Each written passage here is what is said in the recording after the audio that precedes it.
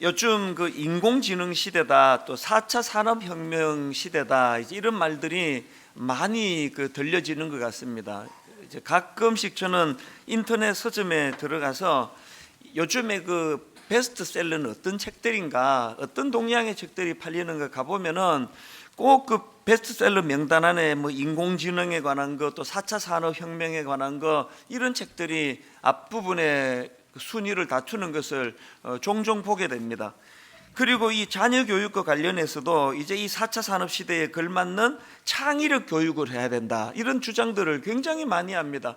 저희처럼 그 산업화 시대에 자랐던 사람들은 그저 막 무조건 외우고 또 주입식으로 공부하고 이렇게 저희들은 자라왔지만, 이제 이 4차 산업 시대에 그래 갖고는 안 된다. 그래 창의적이어야 된다. 창의적인 그런 인간이 되도록 교육시켜야 된다, 뭐 그런 강조들을 참 많이 하지 않습니까? 근데 제가 최근에 그 서울대 문병로 교수가 쓴 창의성과 관련된 칼럼 하나를 읽었는데요, 막 진짜 머리가 끄덕거려지면서 이 말이 진짜 맞아, 진짜 맞아, 막 격하게 동의하면서 그렇게 읽었던 칼럼이 있습니다. 그 제목이 창의성은 지루한 기초 확립의 과정을 필요로 한다, 이런 제목의 칼럼인데요, 내용을 한번 들어보십시오. 잘못된 창의적 느낌을 주는 것들이 있다. 튀는 옷과 헤어스타일, 불규칙적인 생활, 개인주의, 거침없는 자기주장, 대학 중퇴나 정규교육 부재 등등 창의성을 이런 외형적인 특성들과 연관시키는 기사나 포스팅을 본다. 이런 것들은 일부 창의적인 사람들이 드러낸 겉모습의 일부일 뿐, 이런 모습을 가진 사람들이 더 창의적인 것은 아니다. 이게 참 너무 와닿는 겁니다. 그 왜 제목이 창의성은 지루한 기초 확립의 과정을 필요로 한다, 이런 제목을 썼는지 이해가 되지 않습니까? 그 책에 보니까 또 제가 예전에 한번 인용했던 그 비슷한 내용이 나오더라고요. 어떤 대나무는 땅 속에서 5년을 준비한 다음 지상으로 머리를 내밀면 하루에 최대 60cm까지 자란다.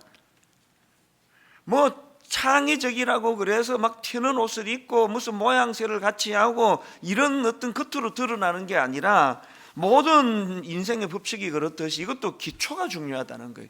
이 뿌리가 깊이 내려지는 게 그게 중요하다는 이야기 아닙니까? 이건 신앙생활도 마찬가지입니다. 뭐 종종 말씀드리지만 저는 우리 젊은 교육자들에게 따끔하게 충고할 때가 있는데요, 당신 미분적분 풀려고 하지 말고, 뭐 신비한 어떤 영적인 은사 구하지 말고, 미분적분 풀려고 하지 말고 구구단부터 외워라. 구구단도 못 외우면서 무슨 미분 풀라 그러고 적분 풀라 그러느냐고.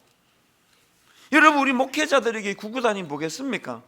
가장 기본적인 거, 약속 지키는 거, 거짓말하지 않는 거, 가장 기본적인 것들을 충실히 할 때 거기에서 뭐 창의적인 것도 나오고 그보다 더한 것도 다 나오는 거 아닙니까?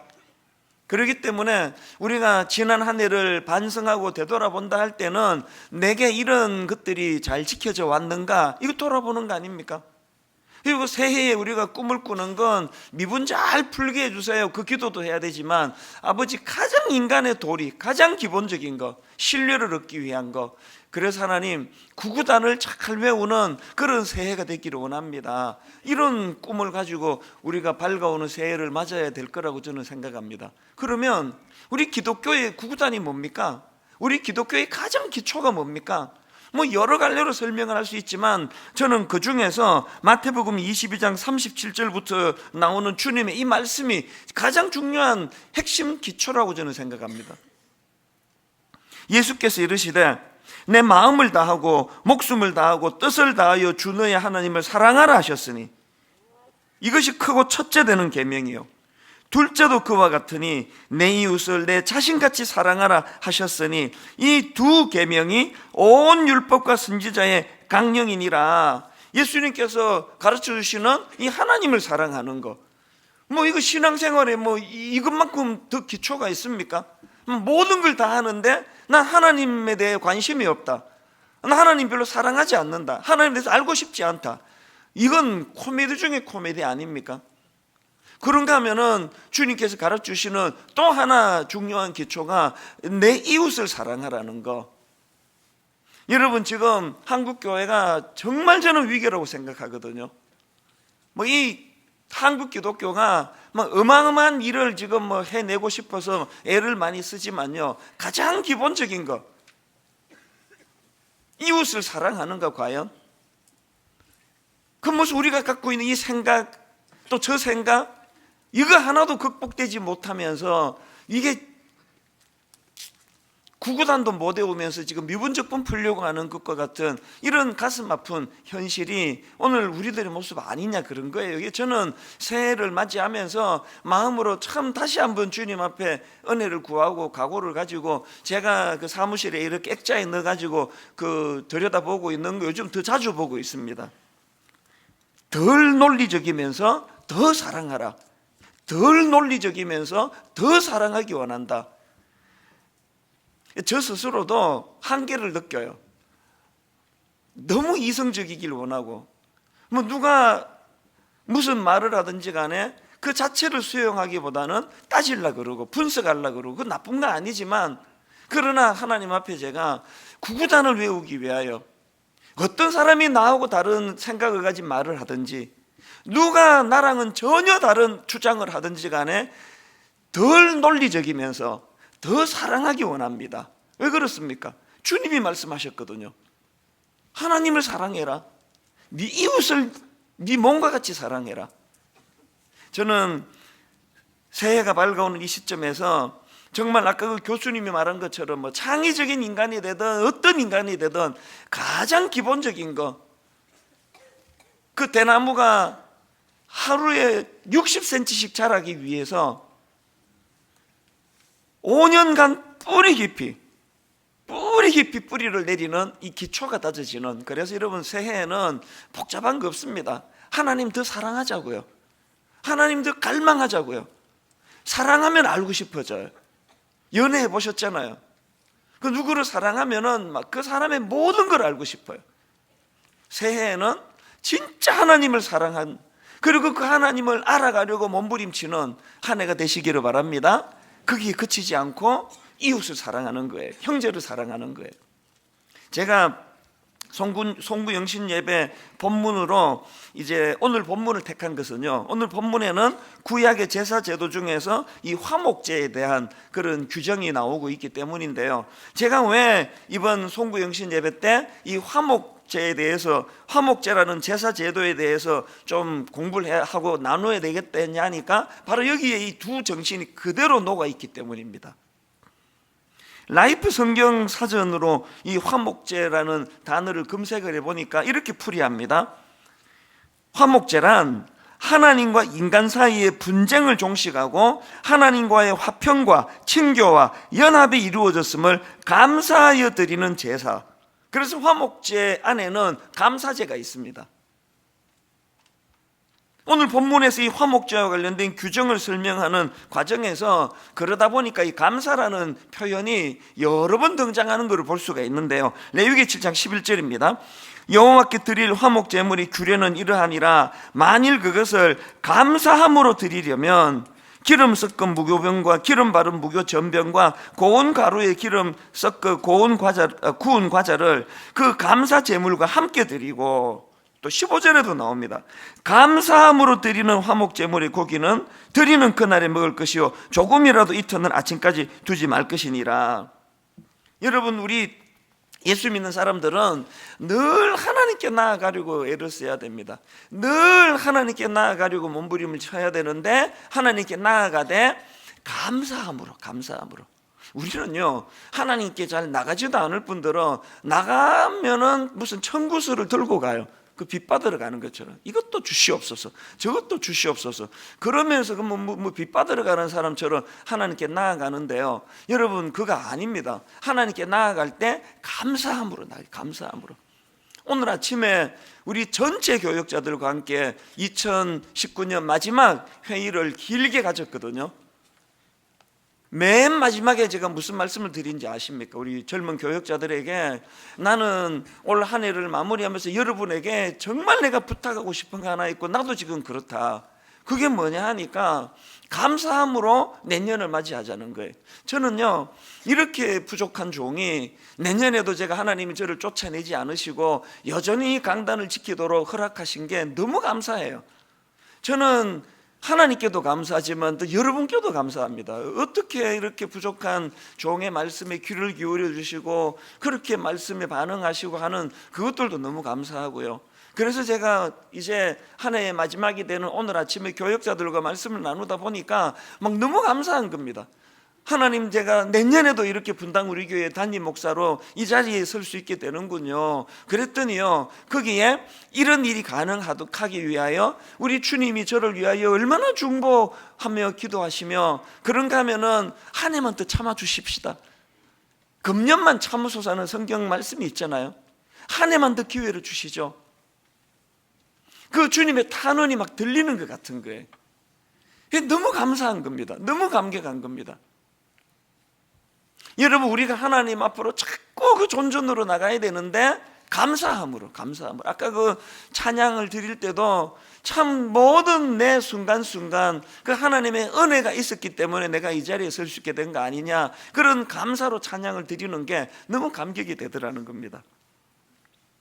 우리가 하나님 앞에 늘 감사함으로 나아가야 되는데요, 감사하되 특별히 무엇보다도 로마서 5장 8절, 우리가 아직 죄인 되었을 때에, 또 그 다음 10절, 곧 우리가 원수 되었을 때에 그의 아들의 죽으심으로 말미암아 하나님과 화목하게 되었은즉, 늘 이 사실이 있으면 안 됩니다. 자격 없는 나였는데, 난 하나님을 대적하는 자였는데, 나는 하나님과 원수 되었는 자였는데, 십자가의 은혜로 내가 하나님과 화목하게 되고 내가 그분의 자녀라 칭함을 받는 이 은혜를 누렸으니 늘 감사함으로, 감격함으로.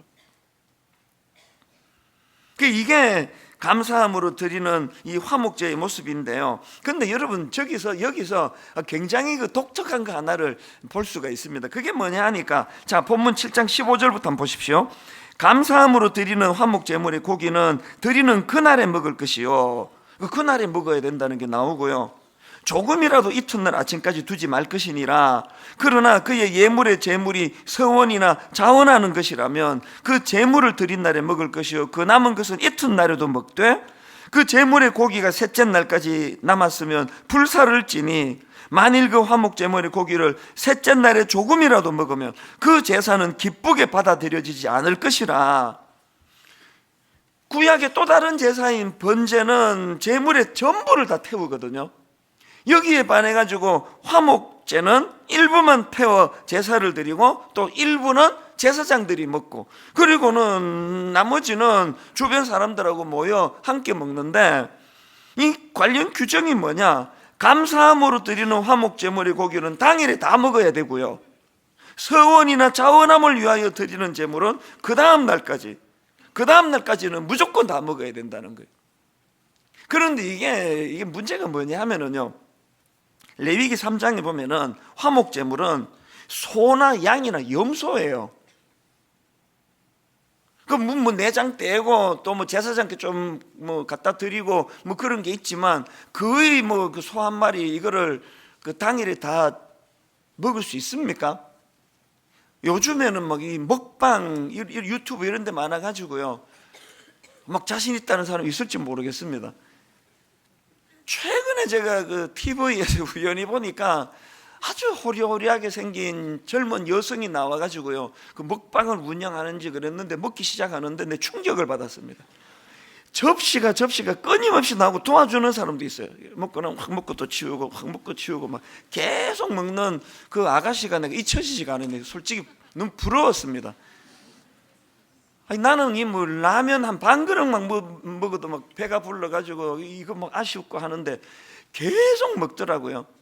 그래서 이 뭐 젊은 분들이 뭐 이거 뭐 먹방 그래가지고 막 큰 거 잘 드신다 하더라도 소 한 마리는 못 먹습니다.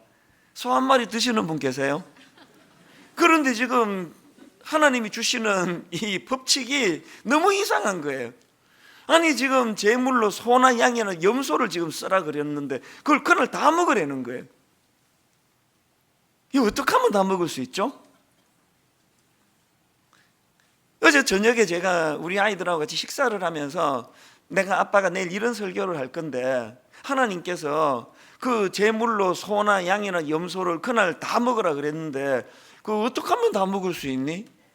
그랬더니 답이 금방 나오더라고요.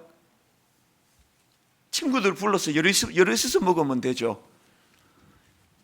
그게 딱 정답이에요. 하나님께서 이 하나님과 우리와의 관계가 회복되는 걸 감사하면서 그렇게 하나님께 화목제를 드리는데, 하나님께서는 그 감격과 감사를 네 혼자만 누리지 않도록 해라, 그 정신으로 그날 다 먹으라는 게, 제가 그 우리 아이들한테 무슨 얘기를 했냐면요, 글쎄 네 친구들만 불러갖고는 그 소 한 마리 다 못 먹을걸?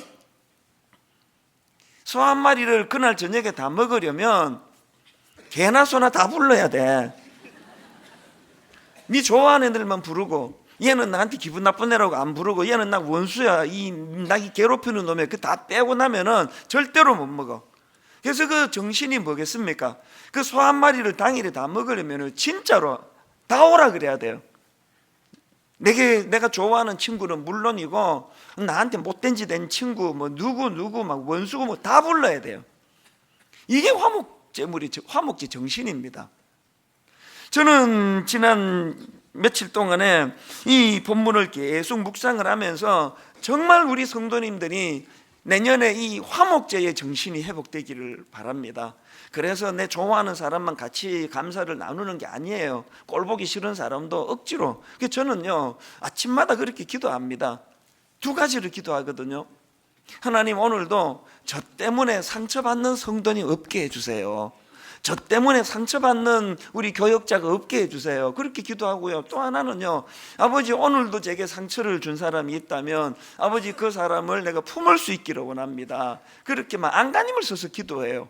그 사람을 위해서가 아니에요. 영적으로 내가 살기 위해서예요. 내가 내 이쁜 사람만 모아놓고는 그 규례를 못 지킵니다.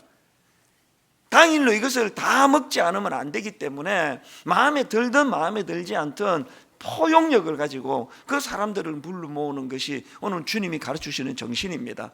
여러분, 2020년도에는 네 편 내 편 가르기 좋아하는 이 시대에서 주님의 십자가 정신을 가지고 모두를 품고 모두를 어우르는 이런 넓은 마음을 가지고 신앙생활하는 믿음의 형제 자매님들 되시기를 바랍니다. 그래서 이걸 정리하면서 이제 이 화목제와 관련한 두 가지 교훈을 나누고 싶은데, 첫째로요, 여러분, 이유야를 막론하고 우리는 하나님께 나아가는데 감사함으로 나아가요. 감사함으로. 요즘에 저는 그 감사 노트를 쓰기 시작하고, 교회적으로 이 감사 노트가 막 어마어마하게 팔렸잖아요. 그래서 열매가 나타나요. 오늘 어제 메일이 왔나, 오늘 아침에 왔나, 어느 제가 아끼는 어떤 학생에게 메일이 왔는데 참 유난히 힘들고 아팠지만 감사 노트를 통해서 얼마나 기쁘고 회복이 되는지 모른다고, 이런 그 간증의 메일을 얼마나 많이 받는지 모릅니다. 우리가 하나님 앞에 감사함으로 나아갈 때 이게 능력이라는 것을 좀 경험했으면 좋겠습니다. 제가 아까 오늘 교육자 회의 맨 마지막에 참 내년에도 기회 주신 하나님께 너무 감사하다고, 그 감사를 내가 말로도 할 수 없다고 그런 말씀을 드렸는데요, 그런데 그거로 끝내면 안 됩니다. 시편 116편 11절에 보십시오. 내게 주신 모든 은혜를 내가 여호와께 무엇으로 보답할까? 은혜의 감격으로 끝나는 게 아니에요. 무엇으로 보답할까? 하나님이 이 자격 없는 저에게 내년도 지금 담임 목사로 지금 내년에도 이 강단에서 설교하도록 기회를 주셨다고, 이게 너무 감사하다고 생각한다면 어떻게 해야 돼요? 무엇으로 보답할까? 무엇으로 보답할까? 어떻게 하면 이 강단에서 더 복음을 잘 전할 수 있을까? 무엇으로 보답할까? 이렇게 좋은 교회 성도님들을 모시고 하나님이 저에게 또 담임 목사로 세워주셨는데, 저는요, 우리 부교역자들을 생각할 때마다 진짜 감사가 넘쳐요. 우리 동기 목사님들이 종종 그런 이야기 합니다. 쓸만한 부교역자 한 명만 있으면 내 교회를 뒤집어 놓겠다. 그만큼 그 부교역자 찾기가 어렵다는 걸 그런 식으로 표현하는 거 아닙니까? 제가 이게 조금의 과장이 아닌, 하나님이 증인이세요. 저희 교회의 교역자들은 막 하나같이, 그래서 제가 지난주인가 교역제회 하면서 그런 얘기했습니다. 난 당신들의 존재가 너무 좋다고. 일도 너무너무 잘하지만 그 마음의 중심이 너무 반듯하니까 얼마나 감사한지 모르겠습니다. 그런가 하면은 이렇게 고마운 성도님들이 어디 있습니까? 너무너무 고마운 성도님들을 모시고 목회를 하니까요, 저는 하나님에 대해서만 무엇으로 보답할 거가 아니고 난 진심으로 진짜 여러분께 보답하고 싶습니다. 막 진심으로 보답하고 싶다 보니까 부작용은 좀 있어요. 매일 주일 설교만 하고 나면 마음이 아파요. 마음이 아파. 한 주 내내 힘든 성도님한테 왜 이렇게밖에는 설교를 못할까? 매일 설교를 하고 나면 난 진짜 마음이 아파요. 왜 이렇게밖에는 내가 말씀을 못 전할까? 사랑하니까 나오는 마음이에요. 그거는 어미의 마음이고 그거는 아비의 마음 아닙니까? 무엇으로 보답할까? 여러분이 화목제의 정신으로 말하면 하나님에 대해서만이 아니에요. 부부간에 이 마음이 있어야 돼요. 무엇으로 보답할까? 이런 분 계시죠? 이 여자가 나 아니면 어떤 남자가 데리고 가겠냐고 그렇게 하고 사는 남편들은요, 자기 눈을 찌르는 거예요. 그게 그런 부인하고 살으니까 좋으세요? 어떻게든 너무 고마워하고 시간이 갈수록 고마워지고, 어떻게 이렇게 좋은 아내가 나 같은 이런 남편을 만나 그래도 실정 안 내고 30년이 다 되는 세월까지 한결같이 이렇게 목회하는 저를 배려해주고 그래 주시는가? 그래 주는가? 뭐 감사가 점점 더 많아져요. 감사가. 그래서 저는 제 아내가 그 발병하고 나서 간절하게 제가 하나님께 기도해요. 하나님, 식물 인간처럼 누워만 있어도 괜찮습니다. 몸을 못 움직여도 괜찮습니다. 오래 살아 저하고 함께 동반자로 갈 수 있도록 그런 기도가 저절로, 그리고 그런 고백을 본인한테도 해요. 건강관리 좀 하라고. 어떻게 하려고 그렇게 운동을 안 하느냐고. 오래오래 살아야 돼. 난 당신 없으면 못 산다고. 그럼 나 같은 이런 부족한, 그 생각을 해보세요. 그 33살짜리 그 파트타임 교육전도사에 불과했던 저, 요즘으로 말하는 비정규직, 이 뭐 어떻게 될지도 모르는 나 같은 걸 그렇게 그냥 7살이나 어린 자매가 저를 선택해 준 그때부터 오늘까지 저는 제 아내에게 빚이 많거든요. 그리고 항상 목회에 전념하라고 한 번은 내가 잊혀지지가 않아요. 뭔 일로 애가 그때 열이 펄펄 났다든가 뭔 일이 있어가지고 그래가지고 내가 안절분절해서 집으로 전화했더니 단호하게 얘기하더라고요. 애는 내가 책임질 테니까 당신은 여기 신경 쓰지 마시고 교회에 신경 쓰세요. 근데 잊혀지지가 않아요. 그래서 제가 마음껏 목회를 할 수 있었거든요. 철이 좀 들어요. 갈수록 무엇으로 보답할 거예요? 무엇으로 보답할 거? 오늘 성령님이, 이거는 이런 이기적인 제안에서 나오는 마음이 아니에요. 성령님이 주시는 마음입니다. 오늘 성령님이 우리 모든 남편들에게, 우리 모든 아내들에게 이 마음을 주시기 원합니다. 늘 하나님에 대해서도 무엇으로 보답할 거? 감사함으로 나아갈 뿐만 아니라 주변의 분들에 대하여, 아내에 대하여, 남편에 대하여, 이 자녀들에 대하여, 부모님에 대하여 내게 주신 모든 은혜를 내가 여호와께 무엇으로 보답할까? 감사함으로 하나님 앞으로 나아가는 놀라운 2020년 새해가 되시기를 주님 이름으로 축원합니다. 그런가 하면은 두 번째로 화목제와 관련한 교훈이 뭡니까? 감사는 공동체적으로 함께 나누어야 돼. 함께, 공동체적으로. 아까 그 정신을 설명해 드렸지 않습니까? 감사함으로 드리는 화목제물의 고기는 소 한 마리인데 드리는 그날에 먹을 것이요 조금이라도 이튿날 아침까지 두지 말지니라. 이 주님의 정신으로 말하면 좋은 거 어디 꼬불쳐 놓고 감사거리 꼬불쳐 놓고 그 아니라는 거예요. 공동체로 나누라는 거예요. 제가 아까 감사 노트 말씀을 드렸지만요, 이제 내년에는 대대적으로 이제 공동체적인 감사를 선포할 겁니다. 이제 교회적으로 감사. 막 분당 우리 교회는 막 감사를 서로서로 흘려보내고 주고받고, 너무나 원망과 불평이 많은 이 시대에, 너무나 편가름이 많은 이 사회 속에 계속 강조하잖아요. 교회는 나음이 아니라 다름이에요. 너무나 다른 우리가 예수님 이름으로 만났지만 원망하고 비난하고 불평하고 그런 공동체가 아니라 공동체적으로 감사를 표하고 공동체적으로 감사를 나누고, 내년에 이제 한 1월 말 2월 초 되면 마가복음을 이제 준비를 하고 있거든요. 막 너무너무 설레요. 저는 사실은 한 2년 전부터 계속 마가복음을 준비를 해왔는데 하나님이 허락을 안 하셨는데, 이제 한 달 지나면 마가복음을 하려고 생각하니까, 예수 그리스도의 행적을 쭉 살펴볼 거 생각하니까 바울 서신을 살피는 것도 이렇게 좋은데 주님의 행적을 직접 살핀다 하니까 막 너무 설레는 거예요. 그래서 막 사실은요, 이제 막 1월 첫 주부터 내가 마가복음을 하려고 막 그랬는데, 하나님이 제 마음에 한 3, 4주 공동체적인 감사를 선포하라는 거예요. 감사에 대한 설교를 하고 마가복음으로 들어가 마가복음 하나하나 살펴볼 때 감사라는 그 도구를 가지고 마가복음을 살펴보라 그래서 이것도 지금 너무 설레입니다. 내년에는 하나님께서 한 해만 더 참으소서 했던 게 참 조금 보답을 해드리기를 간절히 바라고요.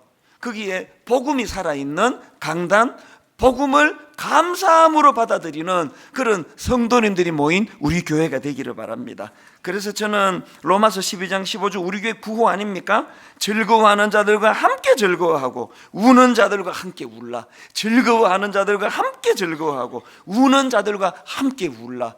공동체적으로 기쁨은 함께 나눠야 된다. 기쁨은 공동체적으로 나눠야 된다. 그래서 오늘 들어오시다가 여러분 이거 다 받으셨을 텐데요, 2020년 분당 우리 교회 성구를 너무 감사함으로 제가 받습니다. 시편 118편 28절 주는 나의 하나님이시라 내가 주께 감사하리이다. 주는 나의 하나님이시라 내가 주를 높이리이다. 여러분 여기 나오는 주는 나의 하나님이시라 두 번 반복되는 건 추임새 같아요. 기본이에요. 바탕이에요. 주님은 나의 하나님이십니다. 그래서 첫째, 내가 주께 감사하리이다. 또 주님은 나의 하나님이십니다. 내가 주님을 높이리이다. 1년 내내 되뇌이고 또 되뇌이면 좋겠습니다. 주님이 나의 하나님이시기 때문에 내가 억울한 일을 당하고 누가 나를 모함하고 누가 나를 말도 안 되는 일을 수치의 자리에 몰고 간다 할지라도 분노가 생기지 않고 내가 주께 감사하리이다. 그 상황에서 주님께 감사했더니 그것이 어떻게 돼요? 내가 주를 높이리이다. 얼마나 신나는 일이에요. 내가 어떤 상황에서든 내가 주께 감사하리이다. 어떤 상황에서도 내가 주를 높이리이다. 여러분 저는요 비록 보잘것없는 초라한 목사지만 한 가지 제가 늘 마음으로 소원하고 또 소원하는 게 하나 있는데 뭐냐, 저는 여러분들이 진짜 행복했으면 좋겠어요. 정말 여러분이 행복했으면 좋겠습니다.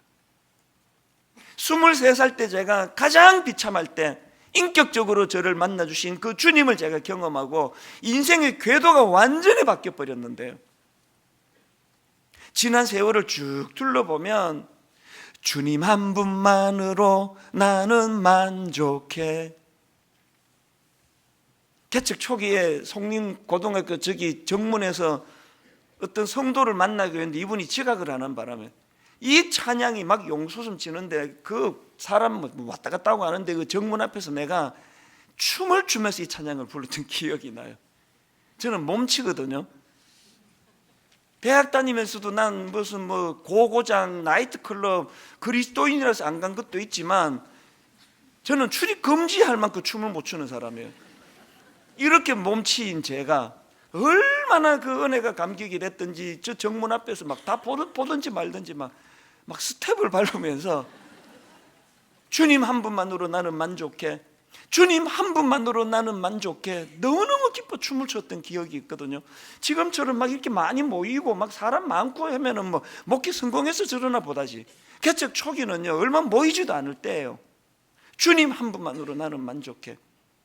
여러분 저는요 여러분들이 진짜 행복했으면 좋겠습니다. 정말 어떤 상황에서도 정말 이 행복은 빼앗기지 않을 그 행복. 제 아내가 올 여름에 그런 가슴 아픈 발병 소식을 전해 들었을 때 가슴이 쿵 떨어지는 충격을 받고 아픔이 있었지만 그럼에도 불구하고 최근에요, 진짜 웃기는 이야기를 제가 제 아내에게 들었습니다. 저희 집 강아지가 최근 이빨을 2개를 뽑았어요. 이빨을 2개를 뽑는데요, 이제 우리 성도님이 하시는 동물병원에 가가지고 이빨 2개를 뽑고 이제 돌아오면서 놀라운 간증을 했습니다.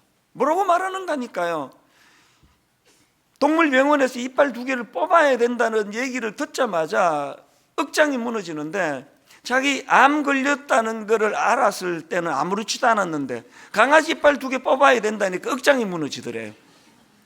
그 내가 이 여자가 도대체 뭔 소리를 하는 거야 하다가 해석을 하니까 이게 놀라운 고백이에요.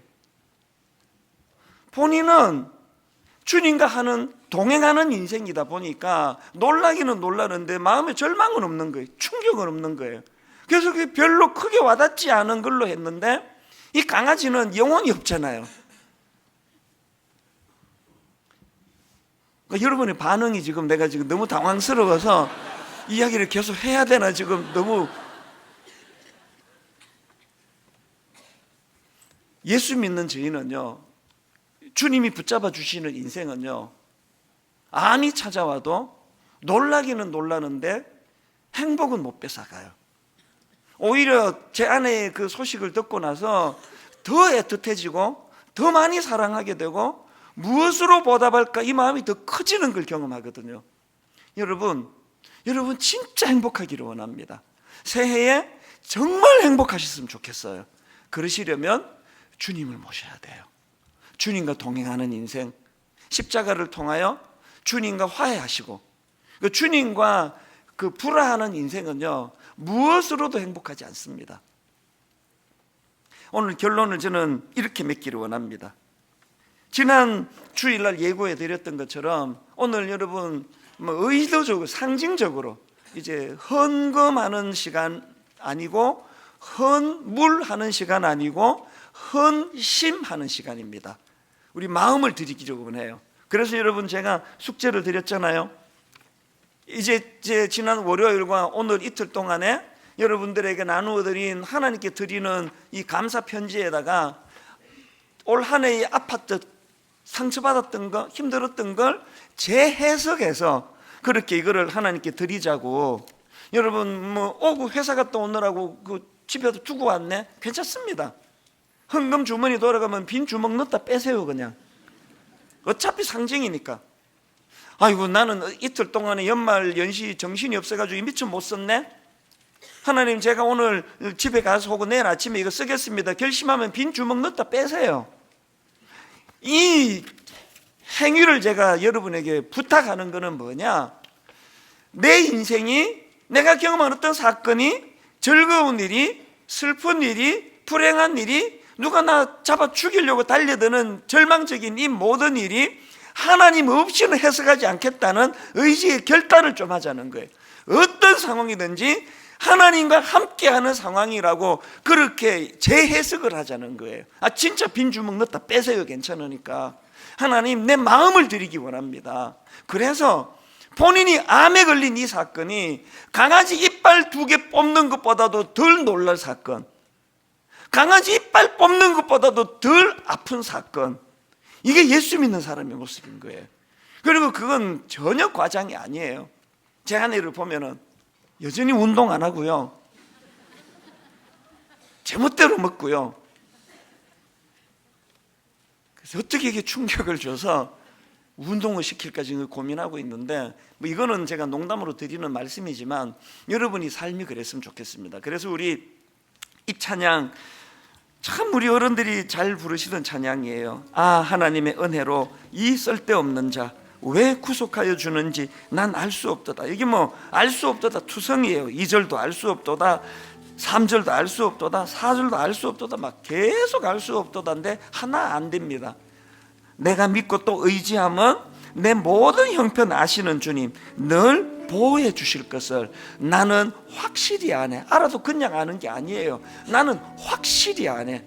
이 찬양을 이제 7분 남은 이 시간, 2019년 7분 남은 이 시간, 이 찬양을 하나님께 올려드리고요, 그리고 우리 헌심, 하나님 내 생애에 기쁠 때나 슬플 때나 힘들 때나 즐거울 때나 주님 없이 살아가지 아니하고 주님과 동행하며 주님으로 인해서 생겨나는 해석이 일어나는 인생 되기 원합니다. 그래서 우리 이 시간에 헌심하는 시간으로 이제 여러분이 쏘신 거를 주머니에, 헌금 주머니에다 다 담으시기를 원하는데요, 우리 이 찬양을 부르면서 그렇게 주님 앞에 헌심 드리기 원합니다.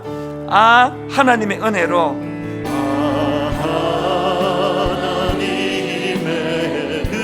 이 쓸데없는 자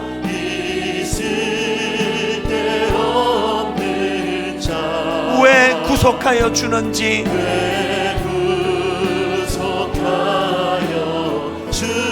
난 알 수 없도다. 우리 2절 먼저 이렇게 고백합니다. 왜 내게 굳센 믿음과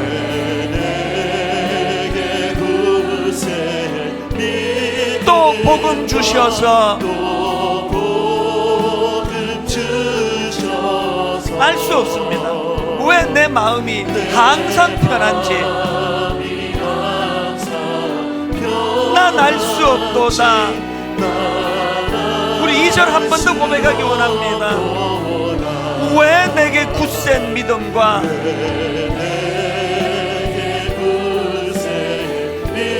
또 복음 주셔서 이렇게 불안하고 이렇게 두려운 현실인데 왜 내 마음이 항상 편한지 난 알 수 없도다. 그러나 내가 아는 한 가지, 내가 믿고 또 의지하면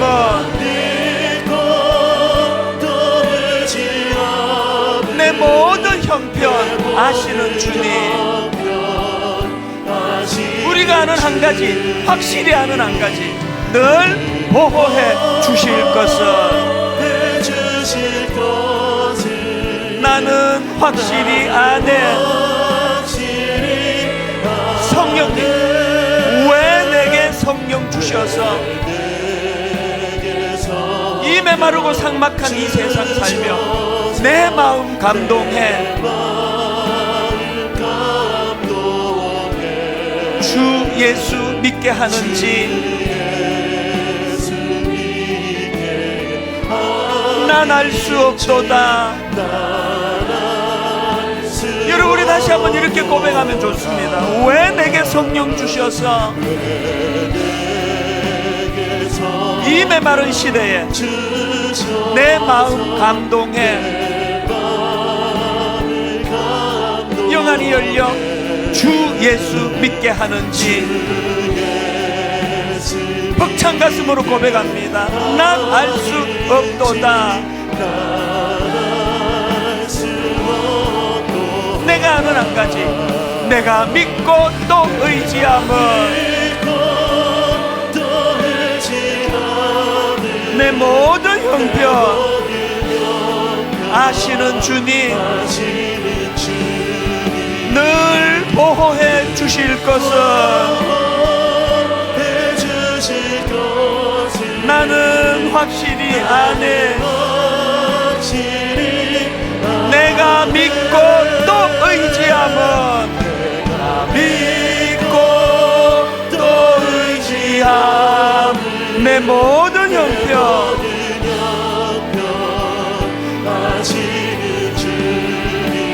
늘 보호해 주실 것을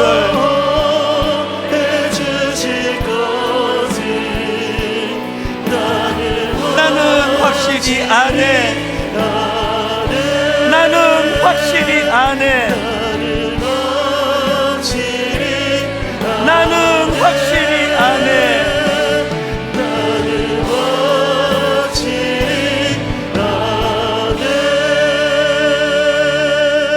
가족이 같이 오셨으면 손을 꼭 잡아보세요. 아까 말씀드렸잖아요. 내게 주신 모든 은혜를 내가 여호와께 무엇으로 보답할까?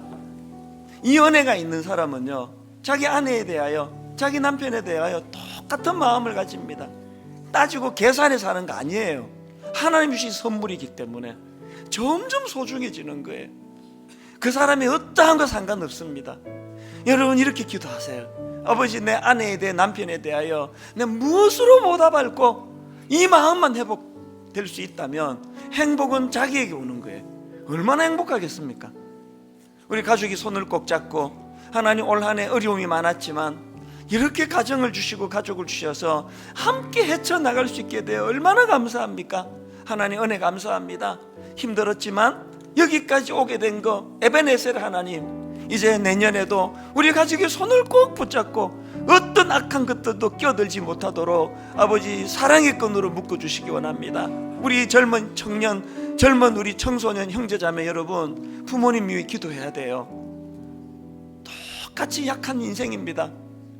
그 연약함을 가지고 여러분을 지키려고 지금까지 애써왔던 분이에요. 우리 부모님을 위하여 축복하며 또 부부가 서로를 축복하며 우리 함께 가정을 주님 앞에 올려드리며 통성으로 한 목소리로 같이 눈물로 주님 앞에 기도합니다. 살아계신 하나님 아버지, 하나님 은혜를 이 시간 참 감사하며 기도하며 나아갑니다. 하나님 왜 은혜입니까? 자격 없는 저희들에게 이렇게 좋은 가정을 허락해 주시고, 하나님 자격 없는 저희들에게 이렇게 좋은 배우자를 허락해 주시니 감사합니다. 내게 주신 모든 은혜를 내가 여호와께 무엇으로 보답할고,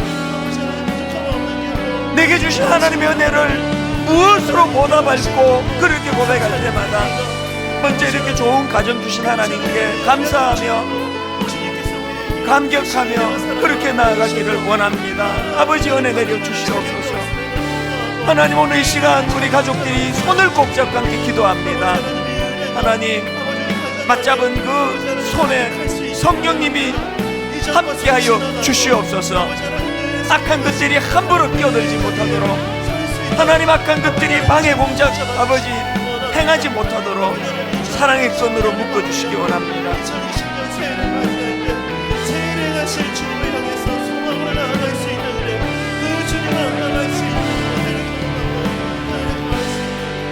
하나님의 은혜를 이 시간 구하오니 십자가 은혜로 저들을 보듬어 주시고 인도하여 주시옵소서. 고마우신 하나님 아버지, 이렇게 가족이 함께 모여 참 손에 손을 맞잡고 사랑하는 자녀들 몸에 손을 얹고 머리에 손을 얹고 축복하며 기도할 수 있는 특권을 주시니 감사합니다.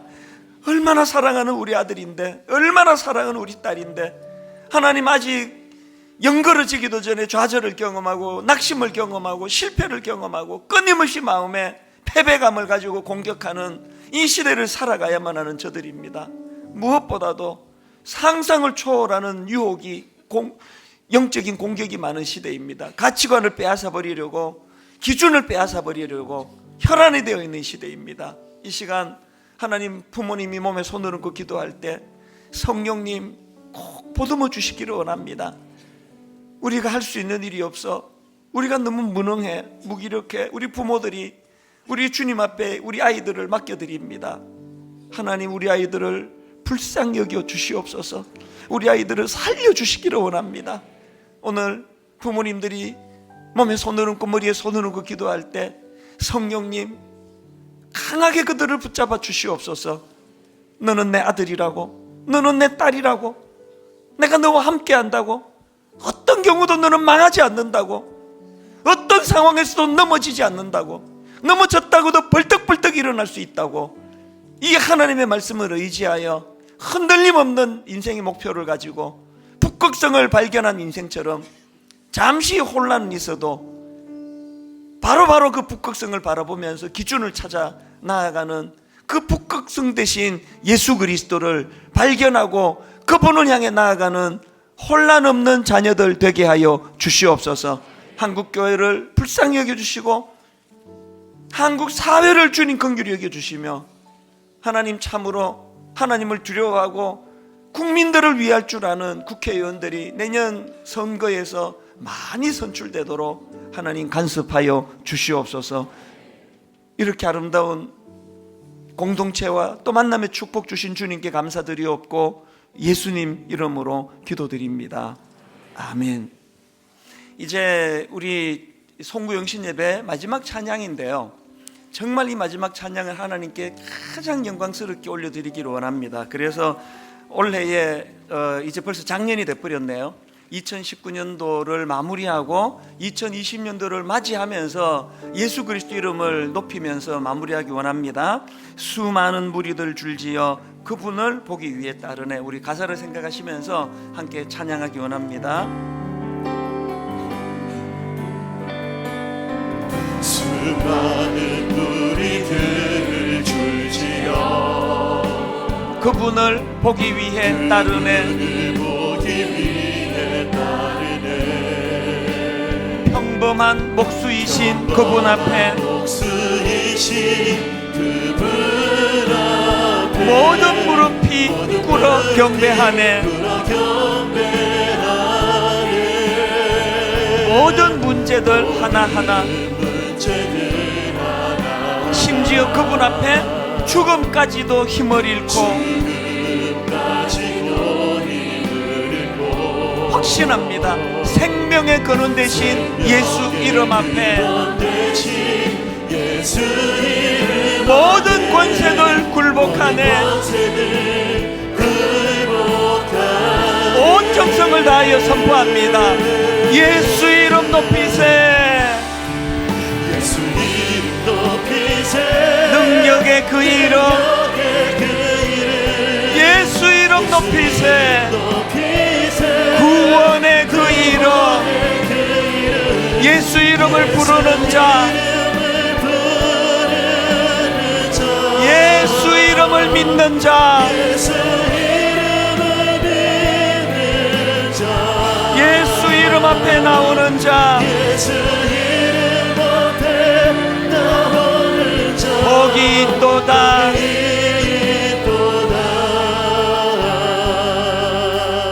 우리 매 송구 영신 예배 때마다 그 백문일답, 누가 뭐 100가지 질문해도 1000가지 질문을 해도 내 대답은 하나입니다. 오직 예수 그리스도, 예수 그리스도. 그래서 이제 다 일어나셔서 이제 한 백문일답에 몇 가지를 제가 질문을 드리면은 여러분은 주먹을 불끈 쥐고 그냥 예수 그리스도, 누가 뭐라고 물어도 내 해답은 예수 그리스도, 예수 그리스도, 그렇게 선포하기 원합니다. 한번 연습으로 한두 번 해보고요, 이제 딱 선포하고 후렴으로 예수 이름 높이세로 이렇게, 이게 연결이 잘 될지 모르겠는데요, 이게 방송국이 아니라서 리허설을 안 해서 연결이 잘 될지 모르겠는데 하여튼 잘 되리라고 믿습니다. 한번 주먹을 불끈 쥐시고요, 제가 질문을 던지면 예수 그리스도라고 이렇게 선포하시면 됩니다.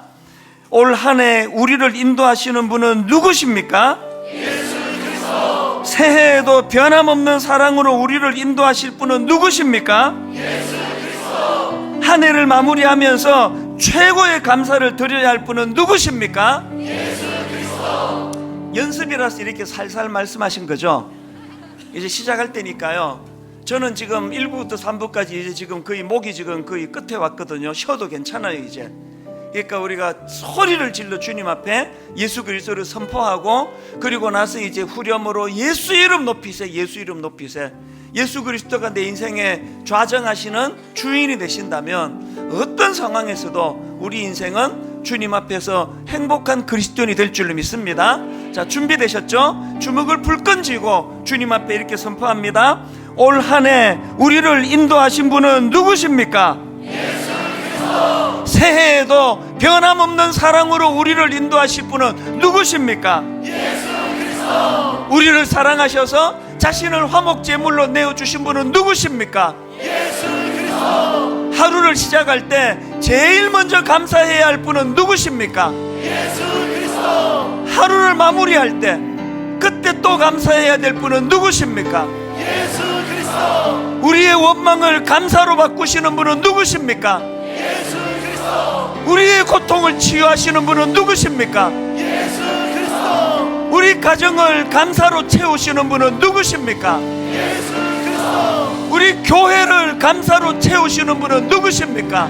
예수 그리스도. 한 해를 마무리하면서 최고의 감사를 드려야 할 분은 누구십니까? 예수 그리스도. 한 해를 마무리하면서 최고의 감사를 드려야 할 분은 누구십니까?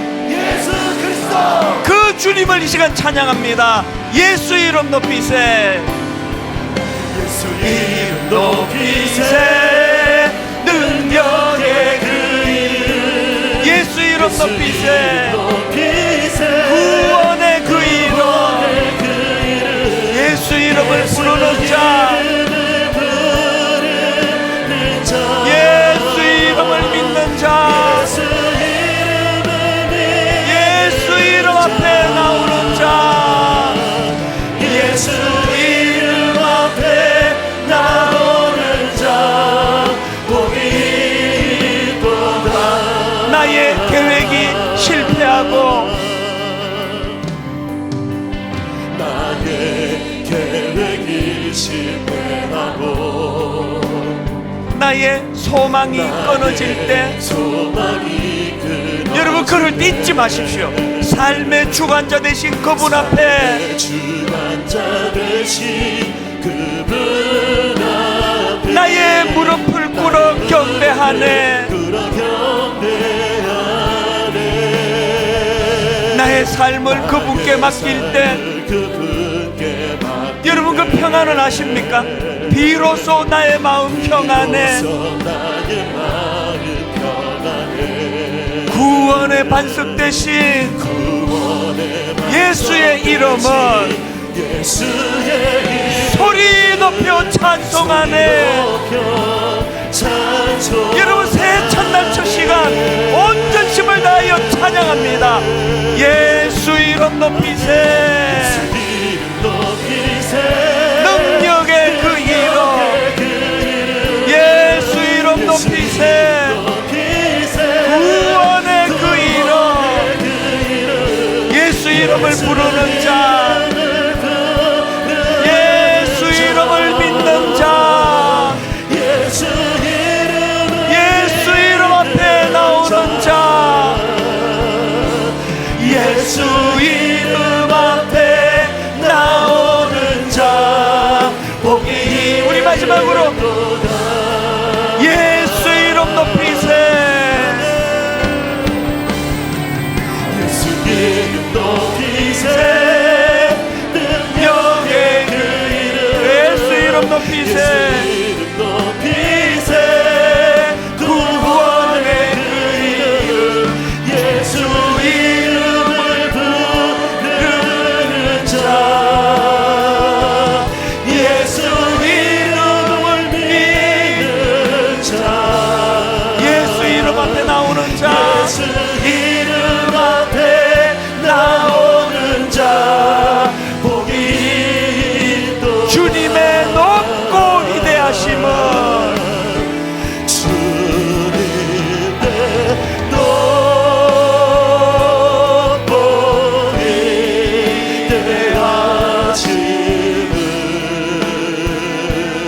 내 영혼이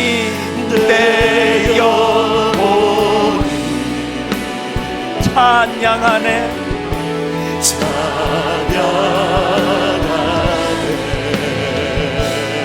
주님의 높고 위대하심은 높고 위대하심은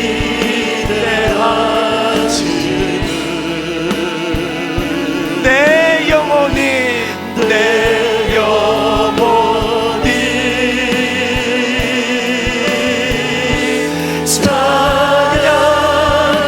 마지막으로 전심을 다하여 주님의 높고 위대하심을, 내 높고 위대하심을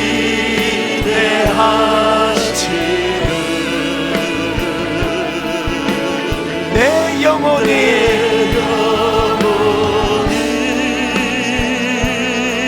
찬양하네.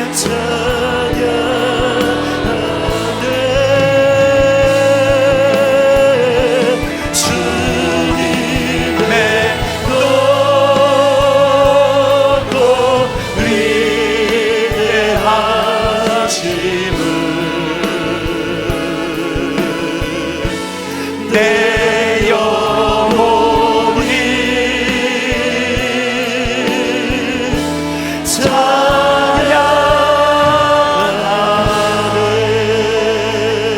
우리를 인도하시고 우리를 인도해 주시고 주님께 뜨거운 박수로 모든 영광 주님 돌려드리기 원합니다. 주님 홀로 영광 받으시기를 원합니다. 같이 기도하시겠습니다. 주는 나의 하나님이시라 내가 주께 감사하리이다. 주는 나의 하나님이시라 내가 주를 높이리이다. 하나님이 마음의 소원을 가지고 이제 새롭게 시작한 이 2020년 어떻게 해서든 주님께 더 가까이 나아가려고 몸부림치며 주님께 나아가려고 몸부림치되 감사함으로 나아가기를 갈망하며 올 한 해 최고로 주님을 사랑하는 한 해가 되기를 뜨거운 마음으로 주님 앞에 갈망하며 약속하며 그렇게 예배드리는 주님의 자녀들에게 하나님 꼭 그들 손 붙잡아 주시고 꼭 그들과 동행하여 주시고 꼭 그들의 하나님이 어떤 하나님이신가를 보여주시는 그런 너무나 복되고 아름다운 새해가 되도록 간섭하여 주시옵소서.